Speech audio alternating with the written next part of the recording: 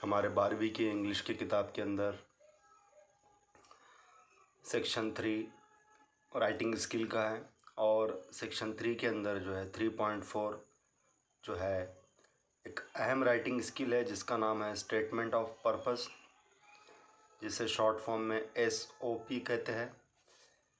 तो इससे पहले हमने देखा है कि स्टेटमेंट ऑफ पर्पस क्या होता है, उसकी डेफिनेशन क्या है, उसका मीनिंग क्या है, उसके फीचर्स क्या है और उसका फॉर्मेट क्या है। तो आज जो है हम जो स्टेटमेंट ऑफ पर्पस यानी SOP को यानी बेहतरीन SOP लिखने के लिए क्या क्या करना चाहिए, यानी हमें अगर हमारे SOP को हमें हमारे स्टेटमेंट ऑफ पर्पस को बहुत एक्स्ट्राऑर्डिनरी बनाना है, एक्सेलेंट बनाना है, आउटस्टैंडिंग बनाना है, तो उसके लिए हमने जो है क्या करना चाहिए, कौन कौन से रूल्स को हमने जो है फॉलो करना चाहिए, जिससे जो है हमारा जो स्टेटमेंट ऑफ पर्पस या जो SOP है वो बहुत अच्छा बने। तो देखिए यहाँ पर जो टॉपिक दिया गया है, how to write outstanding extraordinary SOP, यानी आउटस्टैंडिंग और एक्स्ट्राऑर्डिनरी SOP लिखने के लिए हमने क्या करना चाहिए, यानी how to write outstanding extraordinary SOP, यानी हमारा जो SOP है, हमारा जो स्टेटमेंट ऑफ पर्पस है, उसको आउटस्टैंडिंग बनाने के लिए, एक्स्ट्राऑर्डिनरी बनाने के लिए, बेहतरीन बनाने के लिए, एक्सेलेंट बनाने के लिए हमने क्या करना चाहिए, कौन कौन से रूल्स को फॉलो करना चाहिए, वो यहाँ पर बताया गया है। देखिए नंबर 1 क्या करना चाहिए। नंबर 1 देखिए, right the statement of purpose in clear and lucid language. देखिए जो स्टेटमेंट ऑफ पर्पस हम लिखेंगे तो उसकी लैंग्वेज कैसी होनी चाहिए, उसकी लैंग्वेज बहुत क्लियर होनी चाहिए, बहुत लूसिड होनी चाहिए, बहुत अट्रैक्टिव होना चाहिए। Number 2, do not make spelling mistakes. जब हम SOP लिखेंगे, स्टेटमेंट ऑफ पर्पस लिखेंगे, तो कोई स्पेलिंग मिस्टेक्स हमने नहीं करना चाहिए।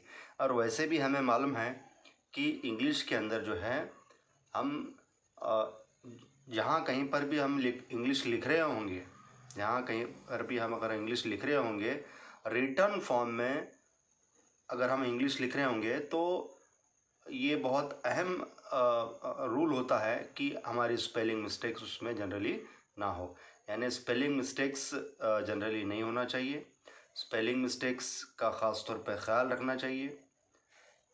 तो जो स्टेटमेंट ऑफ पर्पस जब हम लिखेंगे तो उसके अंदर के जो वर्ड्स होंगे, जो वर्ड्स हम लिखेंगे स्टेटमेंट ऑफ पर्पस में, जो सेंटेंसेस हम लिखेंगे, जो वर्ड्स हम लिखेंगे, तो उसमें स्पेलिंग मिस्टेक्स नहीं होनी चाहिए। Number 3, do not make sentence construction mistakes.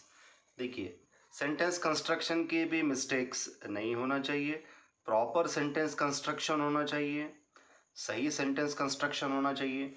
भले ही अगर सेंटेंस थोड़े छोटे छोटे बनते हैं तो भी चलेगा, सेंटेंस छोटे छोटे रहे भी तो चलेगा, सेंटेंस सिंपल सेंटेंस रहे भी तो चलेगा, स्मॉल सेंटेंसेस रहे तो भी चलेगा। ज़रूरी नहीं कि सेंटेंसेस बहुत बड़े बड़े सेंटेंसेस हो, तो छोटे छोटे सेंटेंसेस लिखने चाहिए, लेकिन सेंटेंस कंस्ट्रक्शन जो है, सेंटेंस कंस्ट्रक्शन की मिस्टेक्स नहीं होना चाहिए। Number 4, convince the admission committee in positive and unique way. यानी जो आप स्टेटमेंट ऑफ पर्पस लिखेंगे, तो स्टेटमेंट ऑफ पर्पस के अंदर जो है हमें ये मालूम है कि स्टेटमेंट ऑफ पर्पस क्यों लिखा जाता है, कि हमें किसी पर्टिकुलर कोर्स में एडमिशन चाहिए होता है किसी पर्टिकुलर यूनिवर्सिटी के अंदर, तो वहाँ की जो एडमिशन कमेटी होती है, वहाँ पर हम हमारा जो स्टेटमेंट ऑफ पर्पस लिखते हैं, उसका एप्लीकेशन पेश करते हैं स्टेटमेंट ऑफ पर्पस का, और वहाँ हम जो है वो कोर्स के अंदर जो है, पर्टिकुलर कोर्स के अंदर हमें एडमिशन क्यों चाहिए, तो वो हम वहाँ पर लिखते हैं। तो हमने जो है हमारे स्टेटमेंट ऑफ पर्पस को बहुत ज़्यादा कन्विंसिंग बनाना चाहिए, बहुत ज़्यादा, जिससे जो है एडमिशन कमेटी जो है यूनिवर्सिटी की, उन्हें ये यकीन आ जाए कि ये जो कैंडिडेट है, जो स्टेटमेंट ऑफ पर्पस जिन्होंने लिखा है, तो ये कैंडिडेट जो है उसके लिए बहुत सही कैंडिडेट है, एलिजिबल कैंडिडेट है, प्रॉपर कैंडिडेट है उस पर्टिकुलर कोर्स के लिए। तो उनको जो है कन्विंस करने के लिए, जो है एडमिशन कमेटी को कन्विंस करने के लिए पॉजिटिव अंदाज में और यूनिक अंदाज में जो है हमने हमारे स्टेटमेंट ऑफ पर्पस को पेश करना चाहिए। Number 5, show your strong determination in this career course. जब हम स्टेटमेंट ऑफ पर्पस लिखते हैं तो उसमें हमने जो है हमारा स्ट्रॉन्ग डिटर्मिनेशन भी बताना चाहिए, हमारा एक पक्का इरादा बताना चाहिए, हमारा स्ट्रॉन्ग डिटर्मिनेशन बताना चाहिए कि हमें जो है इसी करियर के अंदर या इसी कोर्स के अंदर एडमिशन लेना है। यानी जब हम स्टेटमेंट ऑफ पर्पस लिखेंगे किसी पर्टिकुलर यूनिवर्सिटी में एडमिशन हासिल करने के लिए, तो किसी पर्टिकुलर कोर्स में, तो हमारा जो स्टेटमेंट ऑफ पर्पस है वो इस तरीके से होना चाहिए कि उसमें से हमारा स्ट्रॉन्ग डिटर्मिनेशन झलकना चाहिए। यानी ये बात बिल्कुल साबित हो जाना चाहिए हमारे स्टेटमेंट ऑफ पर्पस से कि हमारा यानी स्ट्रॉन्ग डिटर्मिनेशन है उस कोर्स में एडमिशन लेने के लिए। तो वो स्ट्रॉन्ग डिटर्मिनेशन भी हमने हमारे जो है स्टेटमेंट ऑफ पर्पस के ज़रिए बताना चाहिए। Number 6, explain the purpose of choosing this particular course and university very effectively. देखिए ये पॉइंट बहुत अहम है। जब हम स्टेटमेंट ऑफ पर्पस लिखेंगे तो वहाँ पर हमने बहुत ही इफ़ेक्टिवली एक बात बताना चाहिए कि हमें एक पर्टिकुलर कोर्स में ही एडमिशन क्यों चाहिए और वो पर्टिकुलर यूनिवर्सिटी में ही एडमिशन क्यों चाहिए। ये बहुत इफ़ेक्टिवली हमने पेश करना चाहिए कि हमें एक पर्टिकुलर कोर्स में ही एडमिशन क्यों चाहिए और एक पर्टिकुलर यूनिवर्सिटी के अंदर ही एडमिशन क्यों चाहिए। तो उसको बहुत अच्छे से एक्सप्लेन करना चाहिए हमने और बहुत इफ़ेक्टिवली हमने एक्सप्लेन करना चाहिए। Number 7, explain your personality appropriately. हमारी जो ओवरऑल पर्सनालिटी है उसको हमने जो बहुत अच्छे से एक्सप्लेन करना चाहिए स्टेटमेंट ऑफ पर्पस में। Number 8, highlight your qualities and life experiences.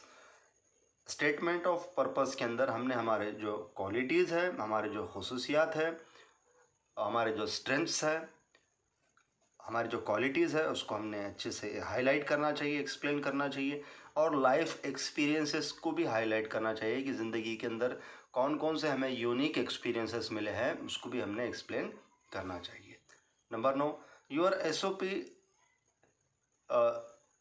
Should be excellent in all respect. यानी आपका जो SOP है वो एक्सलेंट होना चाहिए सभी रिस्पेक्ट्स में। मतलब यानी आपका SOP जो है सभी SOP के जितने भी पहलू है, SOP के जितने भी पहलू है उन सभी पहलुओं में आपका SOP, आपका स्टेटमेंट ऑफ पर्पस एक्सलेंट होना चाहिए। मतलब आपने आपके SOP को लिखते वक्त पूरे पहलुओं को अच्छे से एक्सलेंट अंदाज में एक्सप्लेन करना चाहिए। Number 10, your SOP should be different from other candidates. देखिए यहाँ पर ये बात बताई जा रही है कि जो SOP है, हमारा जो SOP है, हमारा जो स्टेटमेंट ऑफ पर्पस है वो दूसरे कैंडिडेट से अलग होना चाहिए। वो और हमारा जो SOP है दूसरे कैंडिडेट से अलग होना चाहिए, दूसरे कैंडिडेट से जो है यूनिक होना चाहिए, दूसरे कैंडिडेट से जो है एक्स्ट्राऑर्डिनरी होना चाहिए, एक्सेलेंट होना चाहिए, जिसकी वजह से क्या होगा कि हमको किसी पर्टिकुलर कोर्स के लिए किसी पर्टिकुलर यूनिवर्सिटी के अंदर एडमिशन मिल जाए।